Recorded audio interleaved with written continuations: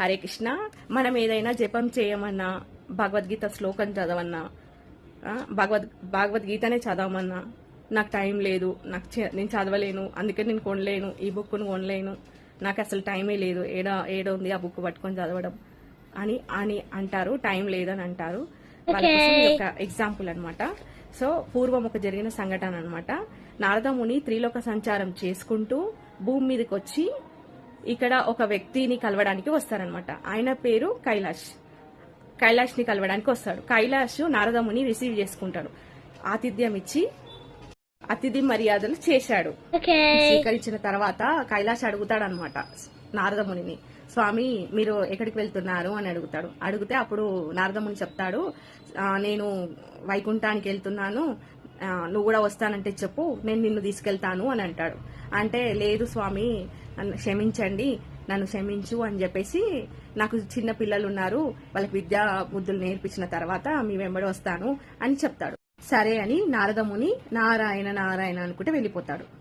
నారదముని మళ్ళీ వస్తారనమాట. వచ్చి అప్పుడు పిల్లలు, ఈ కైలాష్ పిల్లలు పెద్దగా అవుతారు, విద్యా బుద్ధులు నేర్చుకుంటారు, మంచిగా ఉంటారు. కానీ ఇక్కడ మళ్ళా నారదముని కైలాష్ ని చూసి, ఏరా ఇప్పుడైనా వస్తావా, నా వెంబడి వైకుంఠానికి పోదాము అని అంటాడు. అంటే స్వామి ఒక్కసారి క్షమించండి, నేను ఇప్పుడు రాలేను, నా పిల్లలు విద్యా బుద్ధులు అయితే నేర్చుకున్నారు, కానీ బాధ్యతలు తెలియదు వాళ్ళకి, బాధ్యతలు నేర్పించి వస్తాను, వాళ్ళు ఎక్కడ వేసిన వస్తువు అక్కడే ఉంటుంది, వాళ్ళు అసలు బాధ్యత తెలియట్లేదు వాళ్ళకి, సో నేను వాళ్ళకి బాధ్యతలు నేర్పించినాక వస్తాను అని అంటాడు అనమాట.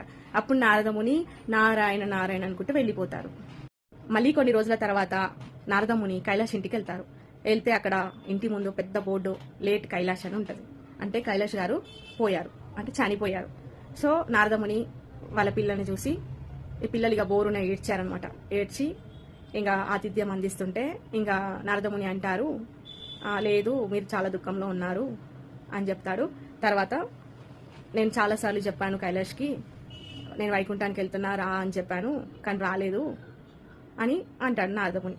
సో ఇక నారదముని ఇక వాళ్ళని ఓదార్చి తిరిగి వెళ్ళిపోతాడనమాట.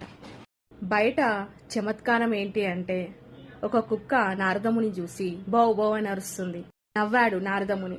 నవ్వుతూ ఏమన్నాడంటే, ఏంట్రా కైలాష్ ఈ కుక్క జన్మ ఎత్తావు అని అన్నాడు. అంటే ఇక్కడ కైలాష్కి ఆ కుటుంబం మీద ఉన్న వ్యామోహం, బంధం వల్ల ఆ కుక్క జన్మ ఎత్తాడనమాట. ఎందుకురా ఈ కుక్క జన్మ ఎత్తావు అని అని అంటారు నారదముని.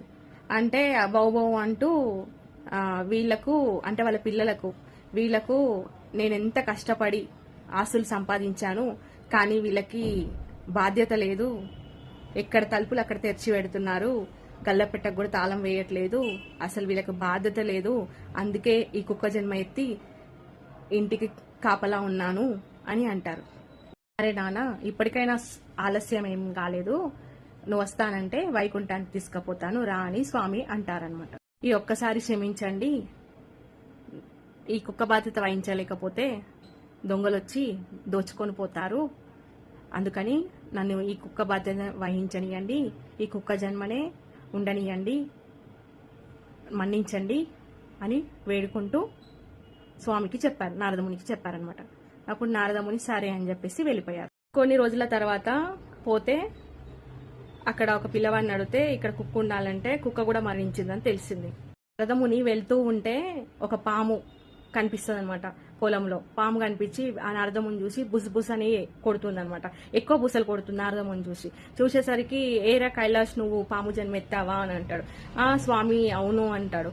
అని ఎందుకురా పాము జన్మెత్తావు అని అంటే, నా పొలము స్వామి, ఇక్కడ నా కొడుకులు రావట్లేరు, వాళ్ళు సోంబేరులు, 11 గంటల దాకా వస్తలేరు, అప్పటిదాకా నేను ఏ జంతువులు రాకుండా చూస్తున్నాను, ఈ జంతువులు వచ్చి నా పొలాన్ని ఖరాబ్ చేస్తున్నాయి, మళ్ళా దొంగలు వచ్చి దోచుకొని పోతున్నారు, సో అందుకే కాపలా ఉన్నాను అని అంటారు.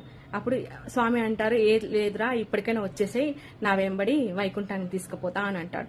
లేదు స్వామి, పంట పొలం చేతుకొచ్చిన తర్వాత నేను వస్తాను అని అంటాడు. అంటే అప్పుడు నువ్వు ఇట్లయితే చెప్తే ఈనవురా అని చెప్పేసి నారదముని ఏం చేస్తారంటే, వాళ్ళ పిల్లల్ని పిలిపించి, అరే ఇక్కడ పాము ఉందిరా, బుసలు కొడుతుంది బాగా అని అంటారు.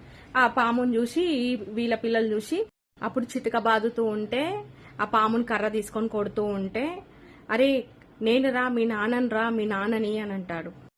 ఆ పాము చచ్చేటప్పుడు ఆ నారదముని ముఖారవిందం చూస్తూ మరణిస్తాడు. మరణించేసరికి అప్పుడు నారదముని అంటారు, నువ్వు మరో జన్మలో భగవంతుని భక్తుడిగా పుడతావు, భగవంతుని సేవిస్తూ ఉంటావు అని చెప్పి వెళ్ళిపోతారు. హరే కృష్ణ.